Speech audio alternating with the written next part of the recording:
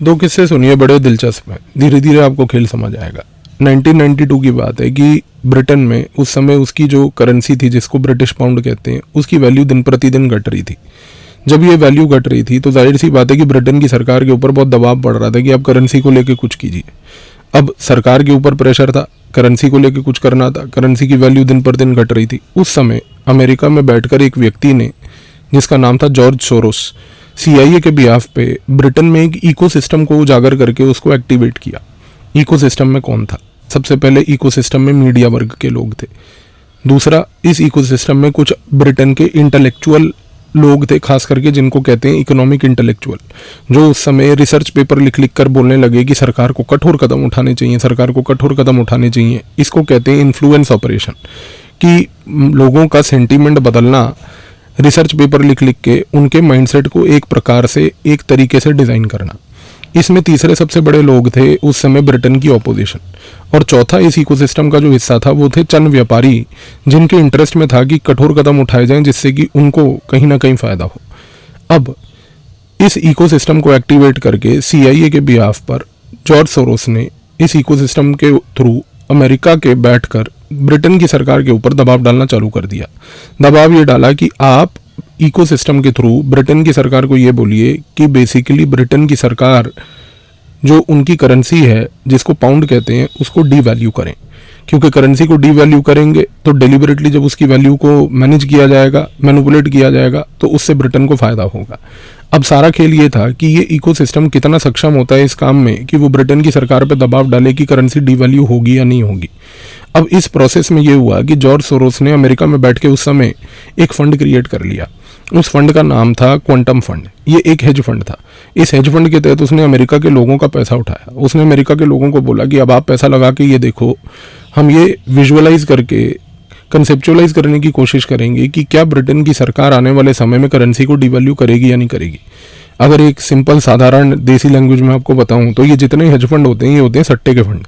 सट्टे के फंड में क्या होता है कि आप बेसिकली एक सट्टा लगाते हुए ये कहते हुए कि देखो आने वाले समय में वैल्यू बढ़ेगी या नहीं बढ़ेगी, एक हिट एंड ट्रायल है, बढ़ गई तो पैसे कमा लिए, नहीं बढ़ी तो लॉस हो गया। अब देखिए यहाँ पर खेल बड़ा सिंपल था। एक इकोसिस्टम जो जिसको जॉर्ज सोरोस खुद फंड कर रहा था, वो सरकार के ऊपर दबाव डाल रही थी। उसको ये बात पता थी कि इकोसिस्टम अगर अग्रेसिवली काम किया तो सरकार प्रेशर में आके वो काम करेगी।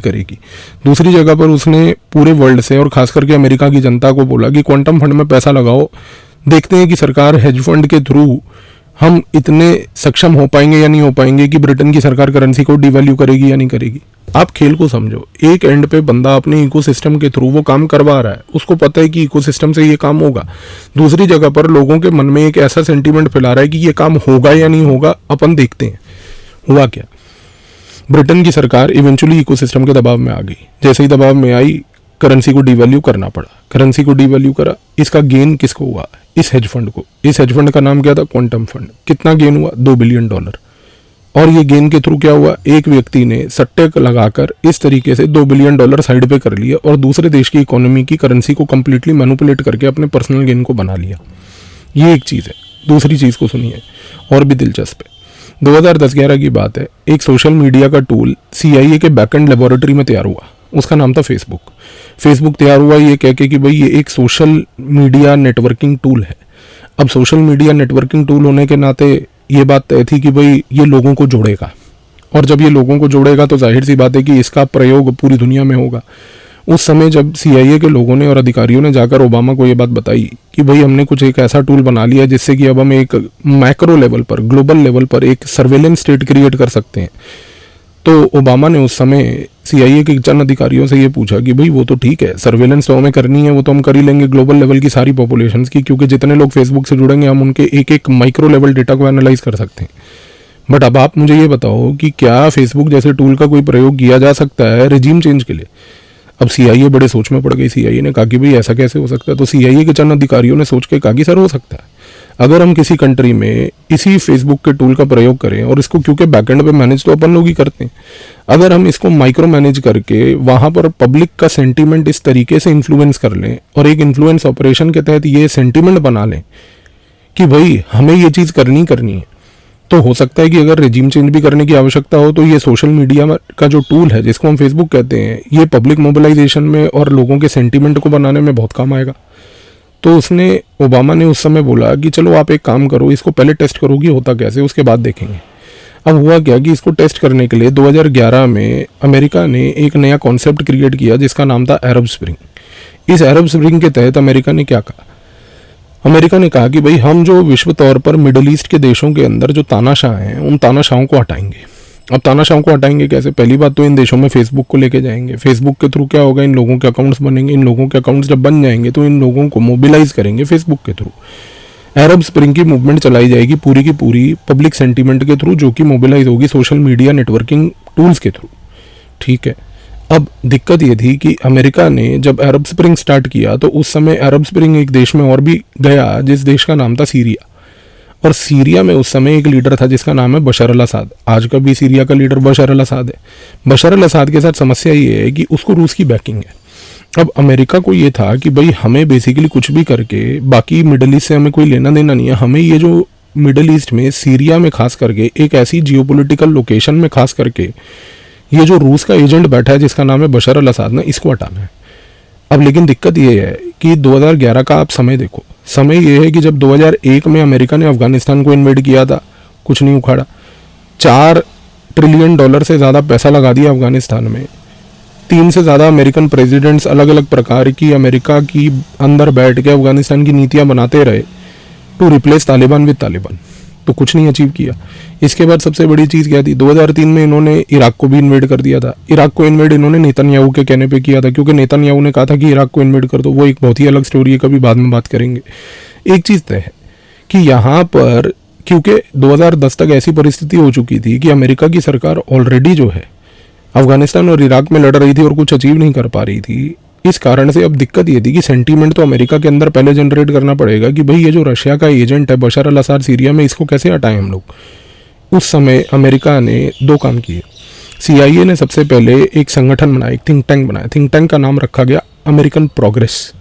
अमेरिकन प्रोग्रेस का ओनर था और कोई नहीं बल्कि अमेरिका का CIA का एक फ्रंट ऑर्गेनाइजेशन पे काम करने वाला इकोनॉमिक टेररिस्ट जिसका नाम था जॉर्ज सोरोस। अब जॉर्ज सोरोस ने क्या किया, इस अमेरिकन प्रोग्रेस थिंक टैंक का प्रयोग किया। उसने ये किया कि अमेरिकन थिंक टैंक जो कि ये बना था पूरा का पूरा, इसको सोशल मीडिया पे ले गया। वो सोशल मीडिया पे ले जाके अमेरिकन प्रोग्रेस ने ये किया कि ये लोगों ने रिसर्च पेपर लिखे और अमेरिका की जनता के मन में स्टेटमेंट्स दे दे के, रिसर्च पेपर्स दे दे के, आर्टिकल्स लिख लिख के एक ओपिनियन तैयार किया कि अमेरिका की सरकार को एक बेसिकली ह्यूमैनिटी के नाते सीरिया में इंटरवीन करने की आवश्यकता है। क्यों? क्योंकि इन्होंने दिखाया कि देखो सीरिया में लड़ाई चल रही है, सीरिया में बशर अल असद जो है एक क्रिमिनल अगेंस्ट ह्यूमैनिटी है, वो लोगों को मार रहा है और यहाँ पर लोगों की फ्रीडम जो है अफेक्ट हो रही है। इन लोगों को प्रोटेक्ट करना अमेरिका के लिए एक बहुत बड़ी ग्लोबल रिस्पॉन्सिबिलिटी है। तो अमेरिकन प्रोग्रेस ने पहली बात तो पूरा एक सेंटीमेंट क्रिएट किया इस तहत कि उन्होंने अमेरिकन इंटरवेंशन को जस्टिफाई करने के लिए सोशल मीडिया का प्रयोग किया। तो कहने का मूल रूप से मकसद क्या है? मूल रूप से मकसद ये है कि ये जो सोशल मीडिया टूल्स हैं इनका प्रयोग इस तरीके से भी किया जा सकता है कि यहाँ से एक सेंटीमेंट पैदा किया जाए, चाहे वो सेंटीमेंट एक इलीगल एक्टिविटी के फेवर में हो या एक लीगल एक्टिविटी को करने के जस्टिफिकेशन को चाहिए हो। तो सोशल मीडिया से आपके ब्रेन का रेडिकलाइजेशन होगा। इस ब्रेन के रेडिकलाइजेशन के लिए ये टूल्स बनाए गए थे। पर अब सवाल ये उठता है कि ये सारी चीज़ें भारत के डिबेट में किस तरीके से रिलेवेंट हैं। देखिए, भारत में अब एक चीज़ है, भारत में पिछले लगभग 1950 के दशक से अगर हम भारत की इतिहास को ऑब्जर्व करें तो भारत के इतिहास में एक बड़ी समस्या थी कि 1950 में जब हमारी भारत की आज़ादी हुई और आज़ादी के बाद जब हमने पहले दशक में 1950 के दशक में अपनी नीतियां बनाई तो हमने नीति ये बनाई कि भैया भारत में किसी प्रकार का बिजनेस एंटरप्रेन्योरशिप प्रमोट नहीं होगा।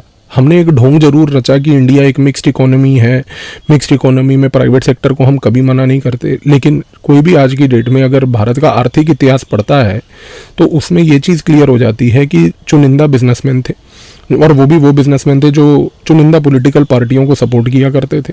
उन पॉलिटिकल पार्टीज़ को क्योंकि फंडिंग चाहिए थी इसीलिए उनको सपोर्ट करना था। उन्हीं व्यापारियों को नंबर 1 प्रमोट किया गया और किसी को प्रमोट नहीं किया गया।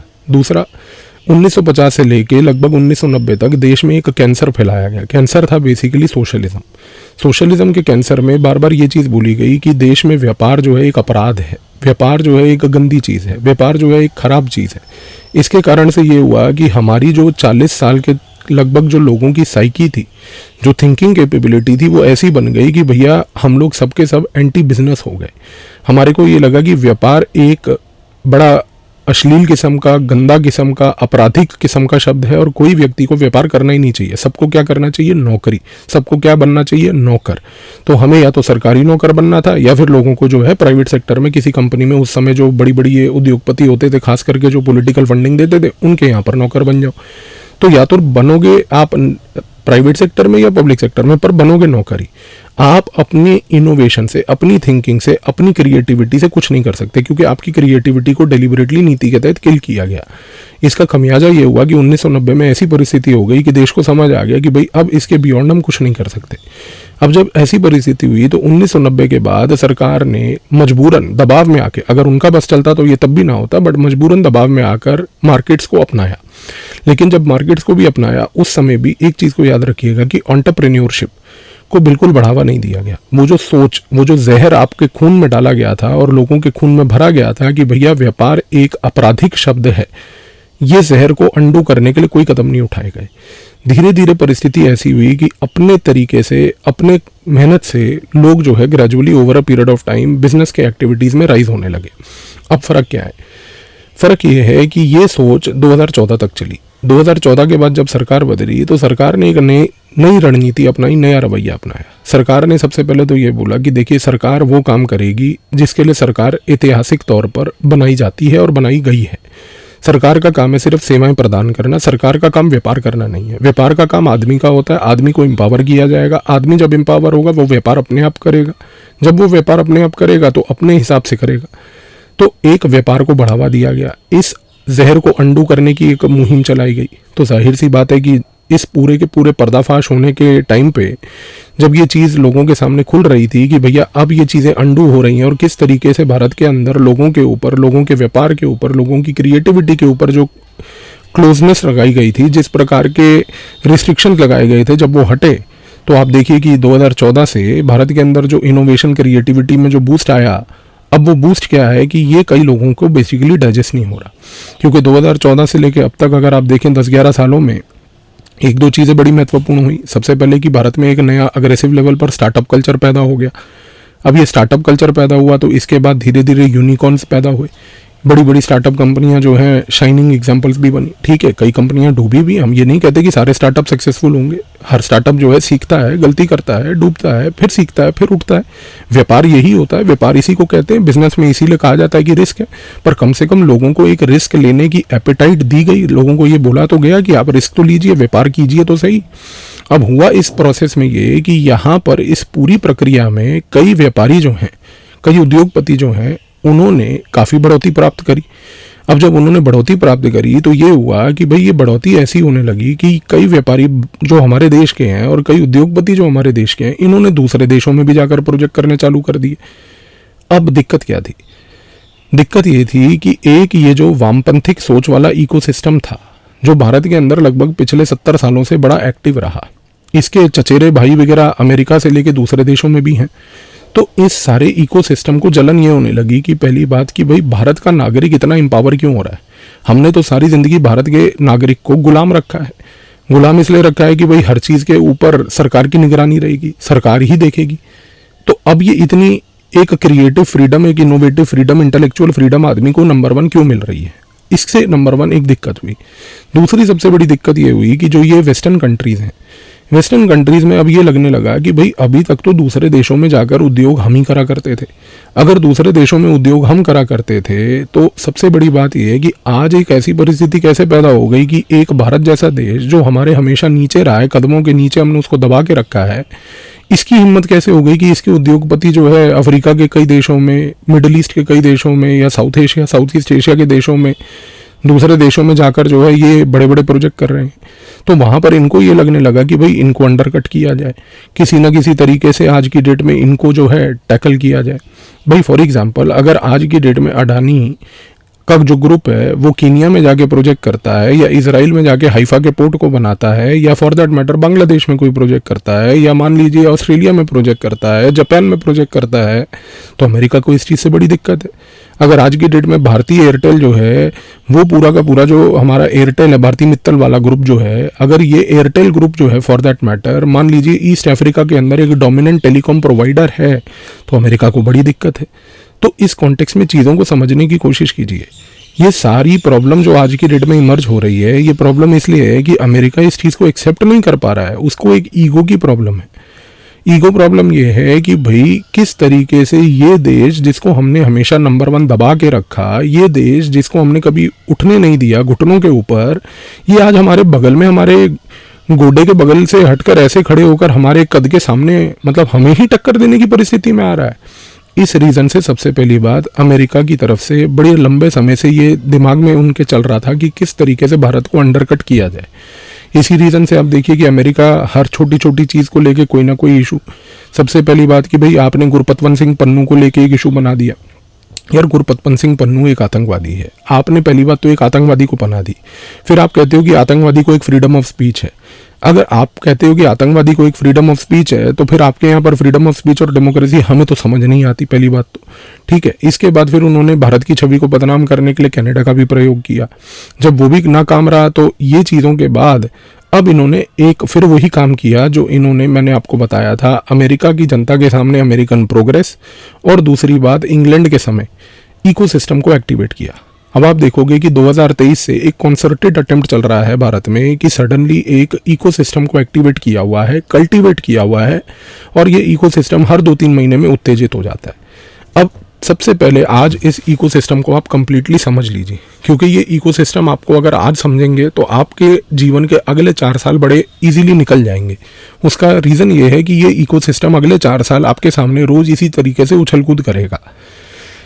दूसरी चीज़ ये है कि इस इकोसिस्टम में बहुत सारे लेयर्स हैं, एक एक लेयर को आज आपके सामने मैं खोलने जा रहा हूँ, एक एक लेयर को धीरे धीरे समझ लीजिए। सबसे पहला लेयर जो है वो है CIA का। CIA बैठी है अमेरिका में। अब देखिए CIA को यदि इंडिया में किसी भी प्रकार का पैसा लगाकर कोई भी एक्टिविटी या कोई भी गतिविधि करानी है तो वो पैसा डायरेक्ट नहीं आएगा, डिपेंड करता है कि हमें गतिविधि क्या करानी है। अब भारत के अंदर गतिविधि क्या करानी है? गतिविधि ये करानी है कि भारत की छवि को बर्बाद करना है। भारत की छवि को बर्बाद करने के लिए अब इकोसिस्टम कैसे क्रिएट किया गया, इस चीज़ को समझिए। CIA ने सबसे पहले एक संगठन बनाया जिसका नाम था टाइड्स फाउंडेशन। टाइड्स फाउंडेशन जो है अमेरिका के अंदर बैठी है, वो कहती है कि हम एक कंसल्टेंसी ग्रुप है, हम कंसल्टेंसी प्रोवाइड करते हैं। कंसल्टेंसी टाइड्स फाउंडेशन ने दी किसको? एक बॉब ब्राउन फाउंडेशन को। बॉब ब्राउन फाउंडेशन जो है, उस बॉब ब्राउन फाउंडेशन के तहत एक NGO क्रिएट किया गया। बॉब ब्राउन फाउंडेशन अपने आप को एक NGO कहती है, जो कि कहती है कि हमें पैसा मिलता है टाइड फाउंडेशन से। टाइड फाउंडेशन जो है CIA का एक फ्रंट ऑर्गेनाइजेशन है, तो CIA टाइड फाउंडेशन का प्रयोग करके बॉब ब्राउन फाउंडेशन में पैसा लगाती है। बॉब ब्राउन फाउंडेशन क्या करती है? बॉब ब्राउन फाउंडेशन सारा पैसा उठाकर एक संगठन में लगाती है जिसका नाम है 350.org। अब ये 350.org जो है ये बेसिकली एक एडवोकेसी ग्रुप है, यानी कि एक सिंपल लैंग्वेज में अगर बोला जाए तो ये भी एक प्रकार का NGO है। तो अब देखिए कि जब CIA से पैसा निकल के टाइड्स फाउंडेशन में जाता है, टाइड्स फाउंडेशन से बॉब ब्राउन फाउंडेशन में जाता है, बॉब ब्राउन फाउंडेशन से 350.org में आता है, इसके बाद ये पैसे का क्या होता है? इसके बाद कंट्री आइडेंटिफाई की जाती है, भारत आइडेंटिफाई किया गया। भारत में एक ग्रुप है, एक ग्रुप जो बनाया गया है 350.org के तहत, इस ग्रुप का नाम है नेशनल फाउंडेशन ऑफ इंडिया। अब नेशनल फाउंडेशन ऑफ इंडिया अगर आप देखें तो बड़ा हार्मलेस सा ग्रुप लगता है कि भाई इसमें क्या होगा, लेकिन ये CIA का फ्रंट है इंडिया में। नेशनल फाउंडेशन ऑफ इंडिया आज की डेट में क्या करता है कि ये फंडिंग प्रोवाइड करता है एक अग्रेसिव लेवल पर एक ग्रुप को। इस ग्रुप का नाम है independent and public spirited media foundation. Independent and public spirited media foundation. आप लेयर समझ रहे हैं? CIA से पैसा निकला, टाइड फाउंडेशन में गया, बॉब ब्राउन फाउंडेशन में गया, 350.org में आया, नेशनल फाउंडेशन ऑफ इंडिया में आया, इसके बाद independent and public spirited media foundation में आया। जैसे ही पैसा independent and public spirited media foundation में आया, यहाँ से क्या हुआ कि यहाँ से जो CIA का स्टेशन चीफ भारत में बैठ के यहाँ पर हमारे एम्बेसी में चाणक्यपुरी में दिल्ली में बैठता है, वो इस चीज़ को पूरा मैनेज करता है। अब वो कैसे मैनेज करता है? अलग अलग तरीक़ों से। ये पैसा जो है फिर इवेंचुअली ट्रांसफर किया जाता है एक कार्टल को। अब ये कार्टल क्या है? ये कार्टल है बेसिकली यूट्यूब पे एक बहुत बड़ा मीडिया का पैरेलल वर्ग।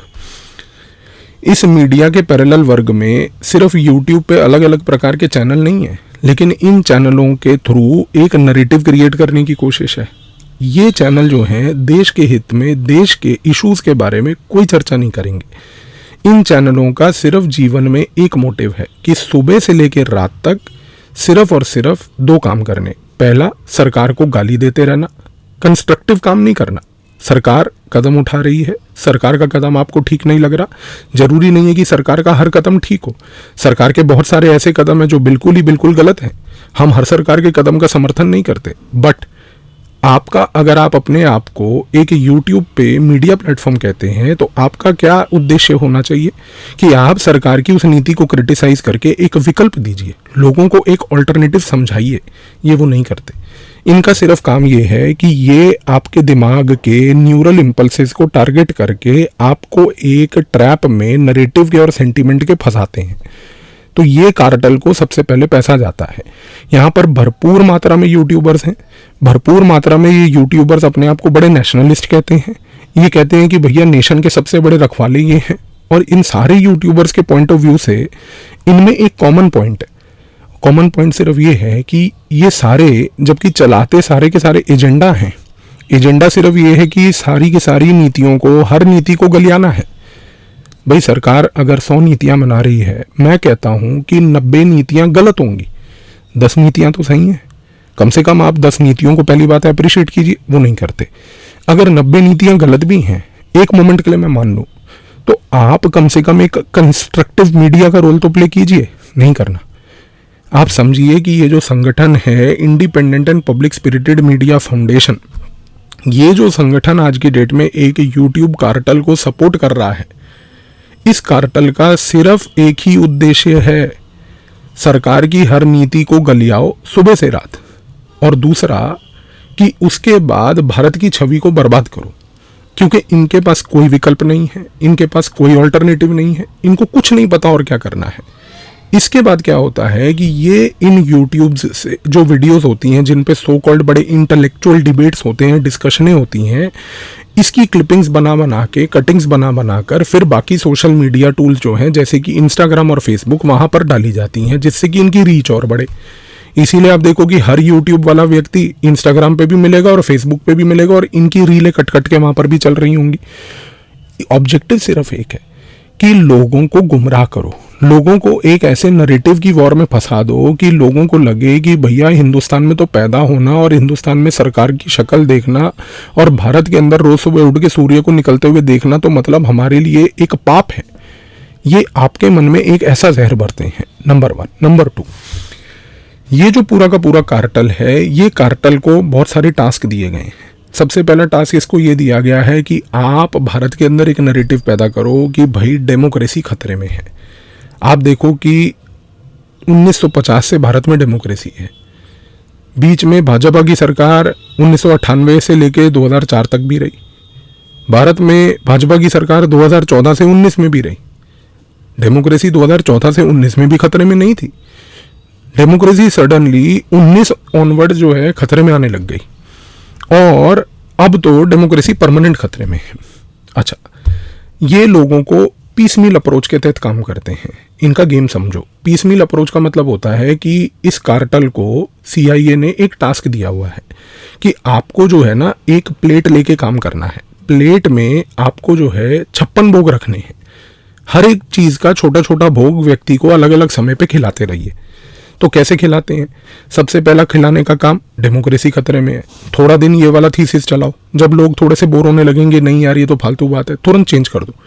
EVM में गड़बड़ी है, EVM खराब है, EVM फ्रॉड है। सर देश में EVM 1990 के दशक से है।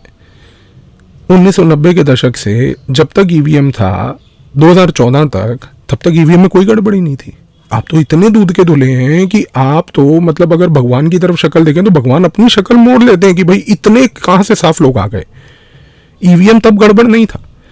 अच्छा, सबसे बड़ी बात, 2014 से लेके 2019 तब भी EVM गड़बड़ नहीं था। 2019 से EVM गड़बड़ होने लग गया। और ईवीएम गड़बड़ सिर्फ तब होता है जब भाजपा किसी स्टेट में अपनी सरकार बना ले। जब भाजपा अगर सरकार ना बना पाए तब ईवीएम में कोई प्रॉब्लम नहीं, तब ईवीएम ठीक है। जब ईवीएम खराब हो गया तभी हुआ जब भाजपा ने बेसिकली उस स्टेट में सरकार बना ली। तो लोगों को यहाँ पर इस तरीके से गुमराह करो। अच्छा, फिर ये 56 भोग के तहत ये थोड़ा थोड़ा चलता रहता है। जब ये पॉइंट खत्म हो जाता है तो फिर तीसरी चीज स्टार्ट होती है। भारत के सारे इंस्टीट्यूशंस खराब है, सीबीआई खराब है, इन्फोर्समेंट डायरेक्टरेट खराब है। आप इस समय वीडियो को पॉज करके देखिए, एक पॉइंट को गूगल पे टाइप करके, when did supreme court of India call the CBI as a caged parrot, पिंजरे में बंद एक तोता। 2011 से लेकर 2013 तक सुप्रीम कोर्ट में जब सीबीआई जाया करती थी, इतना फ्रस्ट्रेट हो गई थी सुप्रीम कोर्ट उस समय कि सुप्रीम कोर्ट को 2011 से 13 में ये टिप्पणी देनी पड़ी। सर, सीबीआई का हाल हमेशा से ऐसा था। सीबीआई जो है वो एक ठेकेदार है, वो कोई किसी प्रकार की निष्पक्ष एजेंसी नहीं है। जो सरकार होती है, जो सत्ता होती है, उसका दुरुपयोग करती है। आज जो सत्ता है वो अपना हिसाब से उसको चला रही है। जब आप थे, आप अपने हिसाब से भी चलाते थे। पर इनका अब नया उद्देश्य है। इनका उद्देश्य ये है कि इन इंस्टीट्यूशन से लोगों के फेथ को इरोड करो। लोगों को बोलो कि नहीं, ये जो इंस्टीट्यूशन है ये अब आपके लिए बना ही नहीं है। इनका ऑब्जेक्टिव ये है कि डेमोक्रेटिक डेफिसिट पैदा करो सोसाइटी में, ताकि लोग जो हैं टेंशन और स्ट्रेस के माहौल में आ जाए। फिर ये जब 56 भोग थीसिस के तहत काम करते करते सैचुरेट हो जाता है तो ये तीसरा पॉइंट उठा लेते हैं कि भारत में जो है बिजनेस एक्टिविटी खराब है, भारत में जो है एंटरप्रेन्योरशिप खराब है। इनको सिर्फ दिक्कत ये है कि आज की डेट में यदि आदमी एंटरप्रेन्योर बन जाएगा, आदमी अगर अपना व्यापार करेगा, अपनी क्रिएटिविटी इनोवेशन को अपनाएगा, जीवन में आगे बढ़ेगा, तो कल को वो सरकार के कंट्रोल को रिजेंट करेगा। इन्होंने क्योंकि हमेशा एक ऐसा इकोसिस्टम बनाया है कि सरकार ही एक माई बाप है, अब वो लोग उस चीज़ को टॉलरेट करने के लिए तैयार नहीं है, तो चलो इस चीज़ के ऊपर टिप्पणी चालू हो गई। फिर ये जब खत्म होता है तो चौथी चीज़ स्टार्ट हो जाती है कि सोसाइटी में सोशल डिस्कॉर्ड पैदा करना, अजीब प्रकार की टिप्पणियां दे के हम देश में जो है कास्ट सेंसस कराएंगे। सर, आप कास्ट सेंसस करा लीजिए, उसका कोई लॉजिक तो है नहीं, क्योंकि उससे कुछ अचीव तो होना नहीं। अगर मैं एक गरीब व्यक्ति हूँ, आप खुद कॉमन सेंस से 1 मिनट के लिए सोच के देखिए। अगर मैं गलत हूँ तो मुझे कमेंट में लिख के ज़रूर बताइएगा। मैं गरीब हूँ, मैं कम इनकम कमाता हूँ, आप सरकार में हैं, आप चाहते हैं कि मेरे इनकम का पोटेंशियल बढ़े, आप चाहते हैं कि मैं गरीबी रेखा से ऊपर आऊँ। इसके लिए आप क्या करेंगे? आपको सबसे पहले ये जानना पड़ेगा कि भाई मैं किस इंटेंसिटी में गरीब हूँ, मेरी इनकम कितनी है। अब जब आप ये जान जाओगे कि मेरी इनकम पोटेंशियल क्या है, मेरी इनकम जनरेशन कितनी है, मैं कितना गरीब हूँ, तब आप क्या करोगे कि अब आप बैठ के एक नीति बनाओगे। अब आप जब नीति बनाओगे तो नीति इस कारण से बनेगी कि भाई इस व्यक्ति को कुछ इनकम जनरेशन पोटेंशियल दिया जाए। नीति इस तरीके से बनेगी कि भाई इस व्यक्ति को इस इनकम जनरेशन पोटेंशियल से इसकी आमदनी को बढ़ाया जाए, ताकि गरीबी रेखा से ये व्यक्ति बाहर आ जाए। आपका अल्टीमेट उद्देश्य तो यही है ना कि मैं गरीबी रेखा से बाहर आ जाऊं या मुझे नौकरी मिल जाए। अब आप सिंपल सी चीज बताइए, इस पूरी प्रक्रिया में जहां पर आपका अल्टीमेट उद्देश्य यदि ये है कि आप चाहते हैं कि मेरा आर्थिक स्थिति मजबूत हो, तो आप मेरे आर्थिक पैरामीटर्स को स्टडी कीजिए ना सर। आप मेरी जात क्यों पूछ रहे हैं? आपको मेरी जात से क्या लेना देना? आप किसी की जाति ऐसे कैसे पूछ सकते हैं? अच्छा, यदि आपको ये टेंट्रम करना भी है, क्योंकि चलो आपने मन में बना लिया नहीं मैं करूंगा, आपको करना भी है, तो 2011 में सोशियो इकोनॉमिक कास्ट सेंसस हुआ था। आप आज की डेट में उस रिपोर्ट को अपना बेसिस क्यों नहीं बनाते? आप सोशियो इकोनॉमिक कास्ट सेंसस की डिमांड क्यों नहीं करते? आपके साथ समस्या सिर्फ ये है कि आपको लोगों को गुमराह करना है, क्योंकि आपको भी पता है कि कास्ट सेंसस के बाद होगा कुछ नहीं। आपको भी पता है कि उसके बाद कोई नेक्स्ट स्टेप नहीं है। नेक्स्ट स्टेप सिर्फ ये है कि काउंट करके छोड़ दिया, क्योंकि उससे ना तो आर्थिक परिस्थिति मजबूत होनी है ना कुछ होना है। लेकिन आपने ये चीज का एक सोशल डिस्कॉर्ड लोगों के मन में डाल दिया। 56 भोग में ये भी थीस खत्म हो गई, तो इस थीसिस के बाद नया आया, प्रोटेस्ट हो जाएंगे, देश में प्रोटेस्ट हो रहे हैं, इधर हो रहे हैं, ये हो रहा है, वो चलता रहेगा। जब ये भी खत्म हो जाएगा तो फिर ये लोग अल्टीमेटली एक लास्ट गेम खेलते हैं। ये इकोसिस्टम वाले क्या करते हैं कि इनके साथ ही बैठे हैं अमेरिका में भी, क्योंकि याद कीजिए पैसा सारा तो CIA से आ रहा है। तो वहाँ से क्या होता है कि जब ये पैसा वहाँ से आ रहा होता है तो उन्होंने वहाँ पर भी कुछ ऐसे इंस्ट्रूमेंट्स बना रखे हैं जो इनके साथ कनेक्टेड रहते हैं। वो होते हैं New York times, Los Angeles times, times magazine, ये टाइप के जो मैगजीन्स और न्यूज़पेपर्स हैं, जर्नल्स हैं, इनके अंदर फिर आर्टिकल्स पब्लिश करो। आर्टिकल्स पब्लिश करके भारत की छवि को बदनाम करो, और फिर इस इकोसिस्टम को जो भारत में पाल रखा है, इस इकोसिस्टम को बोलो कि देखो न्यूयॉर्क टाइम्स का एविडेंस है। New York times, sir New York times कोई आज की डेट में एक मतलब कोई कोर्ट है वो जो वो बताएगा? तो यहाँ पर चीज़ को समझने की कोशिश कीजिए कि ये सारा का सारा कॉन्सेप्ट और ये जो सारी की सारी गेम जो चल रही है ना, ये इसलिए चल रही है क्योंकि जो अमेरिका के अंदर बैठा हुआ डीप स्टेट है, जो भारत के डीप स्टेट से जुड़ा हुआ है, इन दोनों डीप स्टेट्स को सिर्फ ये चीज़ समझ आ गई है कि भाई deep state to deep state interaction चलता रहे, इसके बियॉन्ड कुछ ना हो। जब भी इस डीप स्टेट के थॉट प्रोसेस के बाहर कोई चीज़ विकल्प में होती है तो डीप स्टेट परेशान हो जाता है। ट्रंप ने पूरे अमेरिका के चुनाव में इसी डीप स्टेट को तोड़ने के लिए मुहिम उठाई है। इसी रीज़न से आप देखिए कि ट्रंप के अभी चुनने के बाद से अमेरिका में डिबेट चालू हो गए हैं कि लोगों के पसीने छूट रहे हैं वहाँ पर, और ख़ास करके डीप स्टेट के, कि जनवरी के बाद हमारा जीना मुश्किल हो जाएगा। तो घबराने की आवश्यकता नहीं है, क्योंकि वहाँ तो डीप स्टेट कोलैप्स करेगा ही करेगा। घबराने की सिर्फ चिंता ये है कि यहाँ का डीप स्टेट कब कोलैप्स करेगा, क्योंकि यहाँ का जो डीप स्टेट है वहाँ का चाहे कोलैप्स कर जाए, उसका एक लेगेसी यहाँ जो बनी हुई है, इसको तोड़ना बड़ा मुश्किल है। तो ये चीज़ को याद रखिए कि यहाँ पर ये खेल आने वाले अगले 4 साल आपको मिलता रहेगा।